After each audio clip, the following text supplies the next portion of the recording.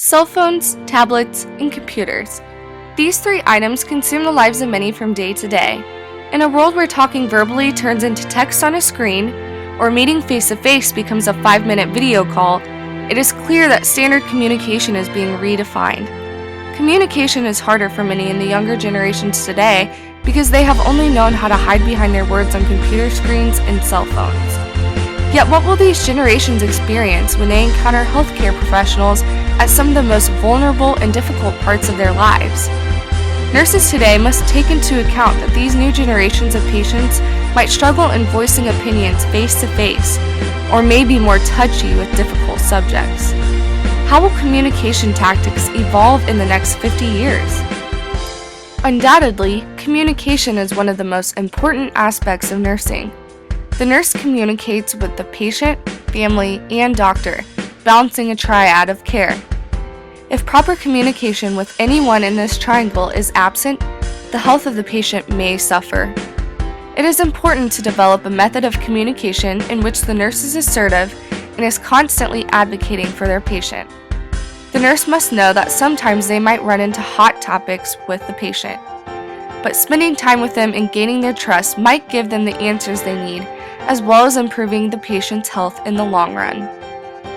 Improving a patient's health might also involve a nurse contacting the doctor and informing him that his intervention for the patient has not been effective. The nurse must politely and clearly provide data and patient information, as well as including anything out of the ordinary for that patient to the doctor. After all, a nurse is the one spending hours upon hours with the patient, and the nurse will pick up on the small details that a patient might experience when they are in poor health. Nurses must also communicate with other nurses, especially with exemplary charting, so that continuance of care will be seamless and a nurse will not have to guess what has or has not been done for the patient.